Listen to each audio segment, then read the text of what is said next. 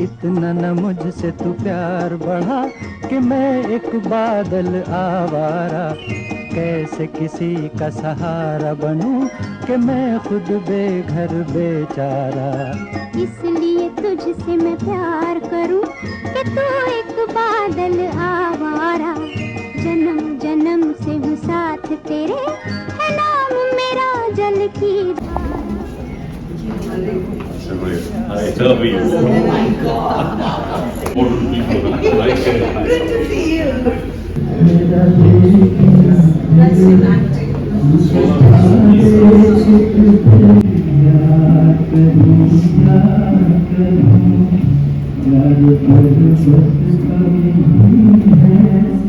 How do you read a person जिसकी ये उल्टी कहानी हो? और ये उल्टी कहानी ये है कि वो हमेशा एक गायक बनना चाहते थे, उनको एक्टिंग में दिलचस्पी नहीं थी। और ये फिल्म मेकर मुज़फ़्फ़र अली साहब ने भी ये बोला था कि फिल्म इंडस्ट्री में जो भी एंटर करता है सबसे पहले एक ख्वाहिश होती है एक्टर बने, वो नहीं बने तब वो बिहाइंड द सीन्स जाए या कैरेक्टर आर्टिस्ट बने। But Telangana always wanted to be a singer. He trained himself in Bhatkande Music School. जब वो बॉम्बे पहुँचे and in the 1950s when he was the top singer, he was like the top selling and the top earning singer. जो producer और directors थे industry के, उन्होंने notice किया कि सिंगर्स तो पर्दे के पीछे रहते हैं, मगर सिर्फ एक तलत है जिनकी शक्ल की पहचान है because he is so handsome, और सबसे ज़्यादा सिंगर की फीमेल फॉलोइंग जो है वो तलत की है। तो उनको बाकायदा घसीटा गया कैमरा के सामने कि तुम एक ऐसे इंसान हो जिसकी शक्ल सूरत है, जो पॉपुलर है, जो आवाज़ में इस्टेब्लिश्ड है, पता है फीमेल फॉलोइंग है, तब भी एक्टिंग नहीं करना चाहते। तो उनकी जो फर्स्ट फिल्म थी दिलेदार नादान 1953 में, वो was launched with great fanfare, जिसमें शम्मी कपूर जी, दिलीप कुमार साहब वगैरह सब प्रीमियर में आए थे to support him, बट उनको ज़बरदस्ती पर्दे के सामने लाया गया। और 13 फिल्म बाद उन्होंने बोला भाई बहुत हो गया, छोड़ दो, मैं वापस सिर्फ गाने गाना चाहता हूँ। मुझे लगता है उन्होंने बचपन से अपनी जो रेल की पटरी है वो तय कर रखी थी। हाँ, वो कभी हो सकता है कि कोई एक एक्सटेंशन मिल गया उन्हें, और ये होता है कि जो लोग ज़्यादा खूबसूरत होते हैं, स्मार्ट होते हैं, बहुत लोग उन्हें एक्टर बनने के लिए मजबूर करते हैं, पर वो ज़रूरी नहीं है कि वो एक्टर बनना चाहते हैं। तो ये हालातों ने उनको एक्टर बना दिया, और वो क्योंकि इतने खूबसूरत थे, लंबे ऊंचे चौड़े खूबसूरत गोरे चुके, और उनको लोगों ने एक्सेप्ट कर लिया। मजे की बात नहीं तो हो सकता है 2 फिल्मों के बाद कोई उनको ऑफर भी नहीं करता, तो वो निकल पड़े। वो उन 2 फिल्मों से, फिर 4 फिल्मों से, और फिर 16 फिल्में को आज भी किसी नए लड़के लड़की को 16 फिल्में मिल जाए तो वो तो सुपरस्टार गिना जाता है भाई। उनको लगता था I want to sing for the country, I want to sing for the Hindi film. हम सब एक साथ जा सकते हैं। आखिर इस मर्ज़ की दवा क्या क्या है, दिल लगा तुझे क्या है। ये गानों में ना कहानियां जुड़ी हुई हैं, और वो ये गाने जो हैं ये दे स्पीक अ स्टोरी। तो वो जब एक हाथ लगा भी ली किसी ने, तो अब वो रिलेट कर रहा है इस गाने को, और अकेला भी बैठा है तो उसकी आंखों से आंसू आ रहे हैं। ये दम था इन गानों के अंदर।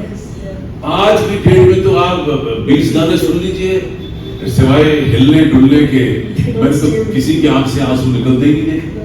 तो वो जो इमोशंस थे उन पे इतना काम किया जाता था पहले, चाहे वो लिखने के टाइम, म्यूजिक कंपोज करने के टाइम, और जो कसर बच जाती थी वो सिंगर अपनी आवाज से उस गाने के अंदर जो पंक्चुएशन लगाते थे उसी से ही जर्क लगता है, उसी से ऐसा महसूस होता है कि जैसे ये ठेस लगी, ये याद आई, ये उसी ने याद किया होगा। वो ये गानों में इतने मतलब निकलने शुरू हो जाते थे। He had a lot of pioneering streaks, and he was rebellious, but he managed to do that with a lot of genteel and charm, and maybe I think that's how he managed to do so many things. In terms of putting his foot down and leaving the studios for a few months and going for overseas global concerts. So he was the first to start, the first Indian playback singer to start global concerts in the year 1956.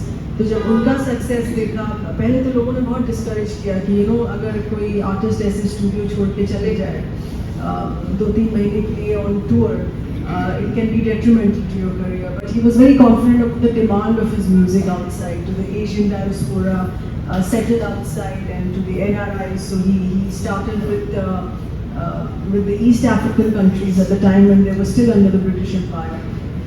Then he moved, of course, further to the United States, where he was called the Frank Sinatra of India. Then he did one of the earliest concerts at the Royal Albert Hall. I think in the 1970s, when he performed at the Royal Albert Hall, it was just him and Lata Devi who had performed.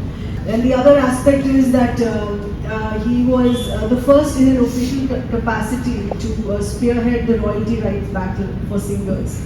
Lata Devi, of course, had raised it individually, but when he took charge as the secretary of the Playback Singers Association, he did the first protest in the film industry, where it was a mic down protest. You know, you put the mic down and you stop recording. So studios had shut for 3 months in the film industry, and there was no recording happening because all the singers then came behind him and said, let's go ahead with this. So that was the first major step under his leadership. So a lot of people felt that these are moves that can be detrimental to an artist's career. But nevertheless, he had some conviction to go ahead with it. मुझे लगता है सब में नहीं होता है। बहुत सारे आर्टिस्ट आपको मिलेंगे जो अपने उस पर्टिकुलर प्रोफेशन के अंदर ही लीन रहते हैं और ये माना जाता है कि आर्टिस्ट झगड़ा फसाद लड़ाई ऊंच नीच भाग दौड़ इन सारी चीज़ों से अलग रहना चाहता है। ये है एक फीलिंग है हर आर्टिस्ट की, क्योंकि ये क्वालिटी कम ही लोगों में होती है। बहुत कम आपको एक्टर मिलेंगे, बहुत कम डायरेक्टर्स मिलेंगे।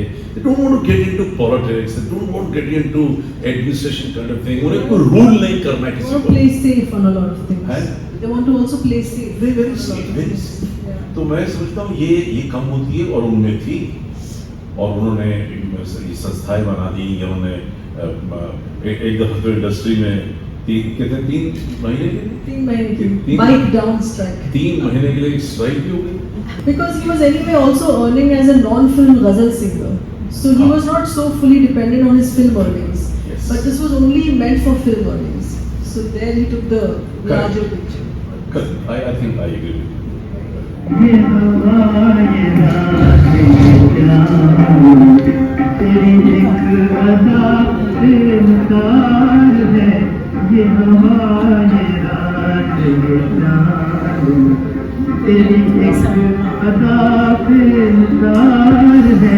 जब चाहे आजमा ले, नजरें तो मिल चुकी हैं, अब दिल से दिल मिला ले। ऐ शर्मा तेरी खातिर परवाना बन गया हूँ, जरा देख ले आकर दीवाना बन गया हूँ। सजदे में गिर गया हूँ, अब तो जरा उठा ले, हम तेरे हो चुके हैं, जब चाहे आजमा ले। तो इज इट दैट रीजन कि इनका इस तरह से नाम नहीं सुनने में आता? Because they are of course commercial गाने से कुछ गाए, बट मे बी मेरे शायद वो जिस तरह से मतलब बिकॉज बचपन से किशोर कुमार, अमिताभ बच्चन है कॉम्बिनेशन। तो आप लोग तलत एट 100 सेलिब्रेट कर रहे हैं, तो आपका बचपन बहुत मैं यही कह रहा हूँ, कई साल बीत गए। ये बहुत बड़ी बात है कि 100 साल के बाद भी आज किसी एक सिंगर को इतने जोश के साथ हम लोग याद कर रहे हैं, और यही बहुत बड़ी बात है। और गाने याद है लोगों को आज भी। Keeping in mind the youngsters, keeping in mind since I'm a television journalist, I'm used to writing in a very tight format and in a very chatty speaking format. So that's the style of the book, and I think that's what a lot of people have liked it as well, because it released as an ebook in December 2023, then it released as a paperback in February this year, and it has already won 2 awards as Biographer of the Year and Popular Choice by the Times of India. So I think the reason for that is that I had your question in mind, very similar concerns when I was writing the book.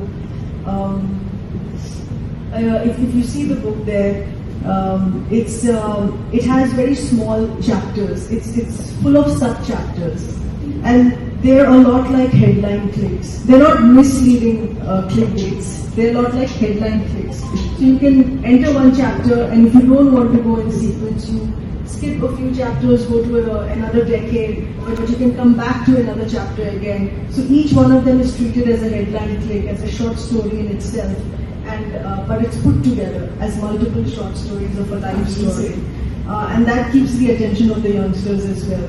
Because I have a youngster at home, and my target with him is to read one chapter every day.